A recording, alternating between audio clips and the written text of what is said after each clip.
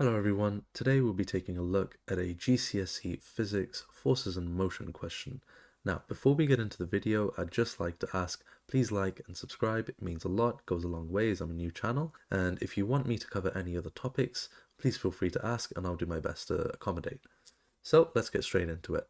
The figure below shows a velocity time graph for a train traveling between two stations. We've been asked to determine the distance traveled by the train in the first 600 seconds of the journey. So how are we going to go about doing that? What we need to answer this question is the understanding that the area underneath the curve is going to give us the distance for a velocity time graph. The reason that this is the case is because speed over here is interchangeable with velocity.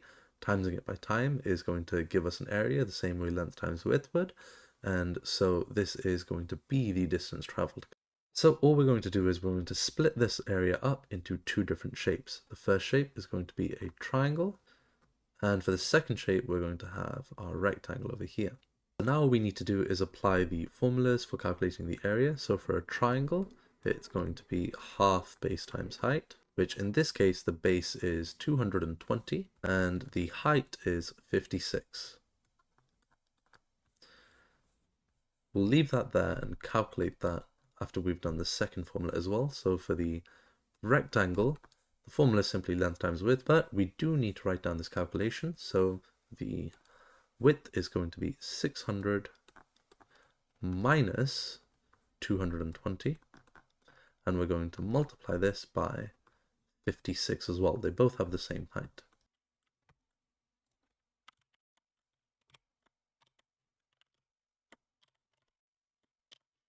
For the first one, it's going to be 6,160.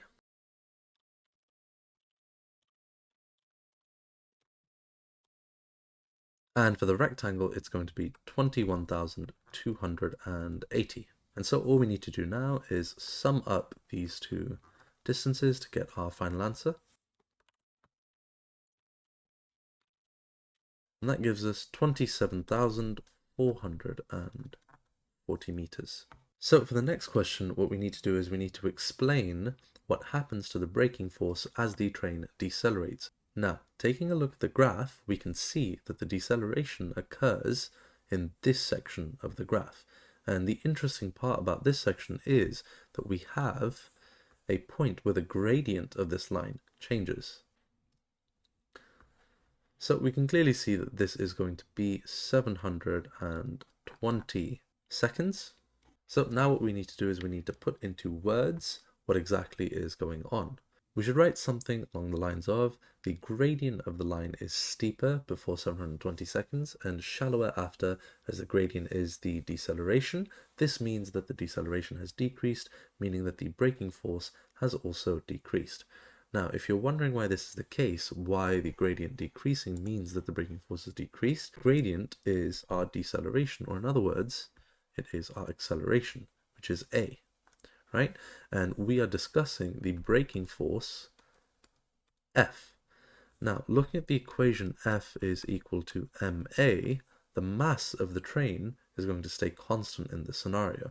And so therefore, if the acceleration is decreasing, or in other words, the deceleration is decreasing, what that must mean is that the force is going down as well. Since the mass is constant, the only other thing left is the force, therefore it must go down if the acceleration is going down.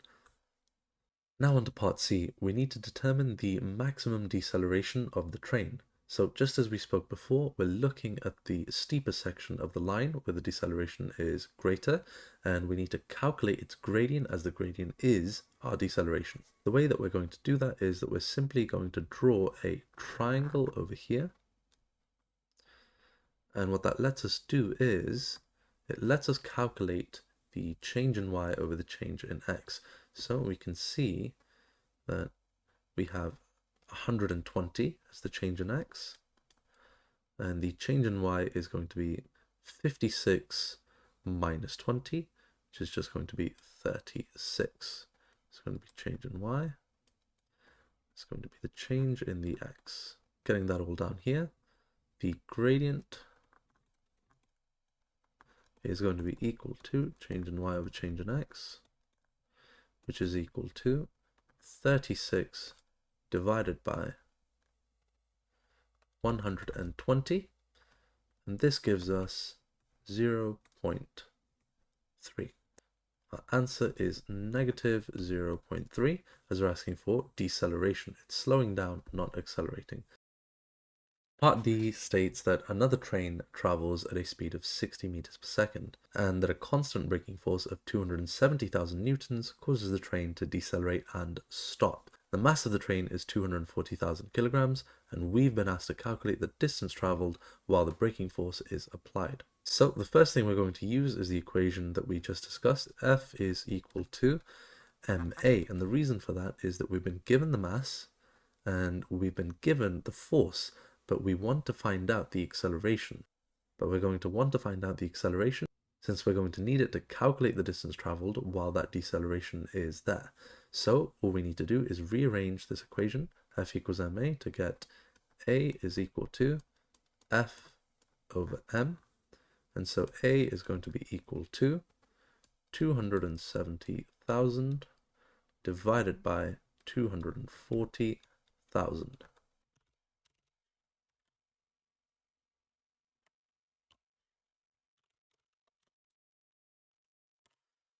That gives us a deceleration of negative 1.125 meters per second squared. Now, in order to calculate the distance that has been traveled, we're going to need to use a kinematics equation that is given to us. V squared is equal to U squared plus 2AS. And what we want to do is we want to take a look at what we're dealing with here. So for those of you who haven't worked with this equation before, it's basically just an equation that we use to do calculations when something is going to accelerate constantly or decelerate constantly. And as long as we have 3 of these things, we can calculate the other remaining 2. So I'll give you an example of that now. So we've been given u, which is the initial velocity, which is 60 meters per second. We've also been given our v, which is going to be 0 because we know that the train comes to a stop.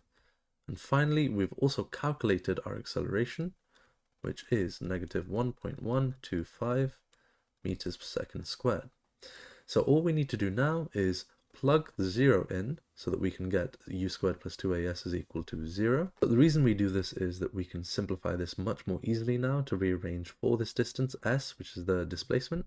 That's going to be 2as is equal to negative u squared. S is going to be equal to negative u squared divided by 2a. S is going to be equal to minus 60 squared divided by 2 lots of minus 1.125. So let's do that in our calculators and see what we get.